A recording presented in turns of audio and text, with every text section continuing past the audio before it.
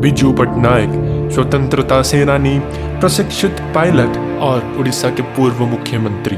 दोस्तों, भारतीय राजनीति में जब भी क्षत्रपों के जिक्र होता है तो आधुनिक उड़ीसा राज्य के प्रणेता बिजू पटनायक का नाम बड़े ही सम्मान पूर्वक लिया जाता है। दोस्तों, बिजू पटनायक 2 दफा उड़ीसा के मुख्यमंत्री रह चुके एवं एक बार केंद्रीय मंत्री भी रह चुके हैं। उनकी व्यक्तित्व बहुत ही प्रेरणादायक है। वो अपनी शर्तों पर जीने वाले शख्स थे। उनकी अंतर्राष्ट्रीय लोकप्रियता का अंदाजा हम इस बात से लगा सकते हैं कि जब बिजू पटनायक का निधन हुआ था तो उनके ताबूत में 3 देश भारत, रूस और इंडोनेशिया का राष्ट्रीय ध्वज लिपटा हुआ था। स्वतंत्रता सेनानी बिजू पटनायक ने कांग्रेस से अपनी सियासत शुरू कर राजनीति में काफी सफल और लंबी पारी खेली। उन्होंने पहली बार 1961 और दूसरी बार 1990 में वो उड़ीसा के मुख्यमंत्री बने और फिर 1977 से लेकर 1980 तक पूर्व प्रधानमंत्री मोरारजी देसाई और चरण सिंह की सरकार में केंद्रीय इस्पात मंत्री भी रहे। बिजू पटनायक एक कुशल राजनेता होने के साथ साथ एक साहसी पायलट भी थे जो किसी भी खतरनाक मिशन से नहीं डरते थे।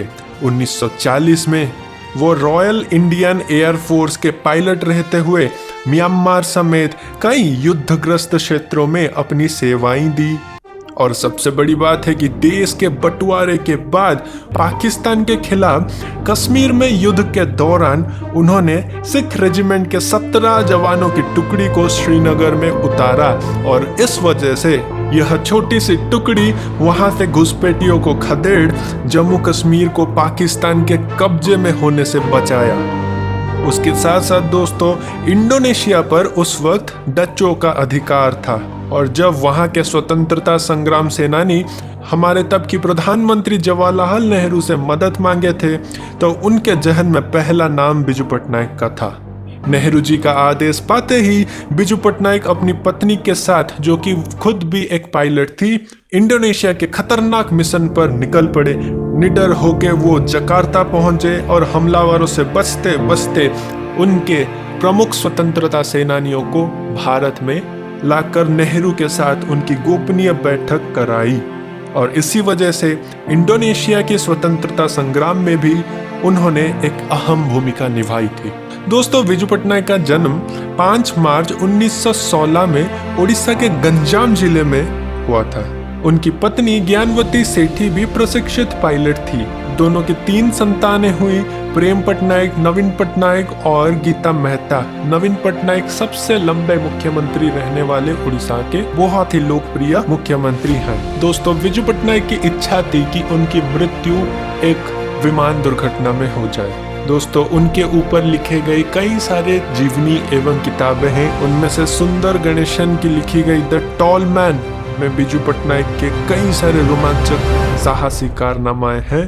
और सबसे बड़ी बात, बिजू पटनायक द्वारा तैयार की गई राजनीतिक विरासत को उनके पुत्र और योग्य अधिकारी नवीन पटनायक पिछले 22 वर्षों से बतौर उड़ीसा के मुख्यमंत्री बखूबी संभाल रहे हैं। दोस्तों, बिजू पटनायक एक प्रगतिशील व्यक्ति थे।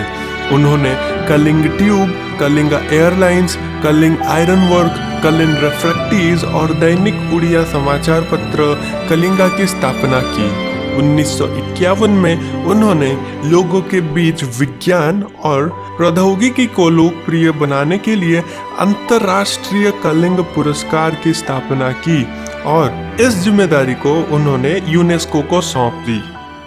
उन्हें उड़ीसा का आधुनिक शिल्पकार कहा जाता है क्योंकि उड़ीसा के प्रमुख परियोजनाओं में उनका बहुत बड़ा योगदान था, जैसे कि पारादीप का बंदरगाह, उड़ीसा विमान केंद्र, भुवनेश्वर हवाई अड्डा, क्षेत्रीय इंजीनियरिंग कॉलेज, सैनिक स्कूल भुवनेश्वर, उड़ीसा कृषि विश्वविद्यालय। ये सारी बड़ी बड़ी परियोजनाएं बिजू पटनायक की देन है।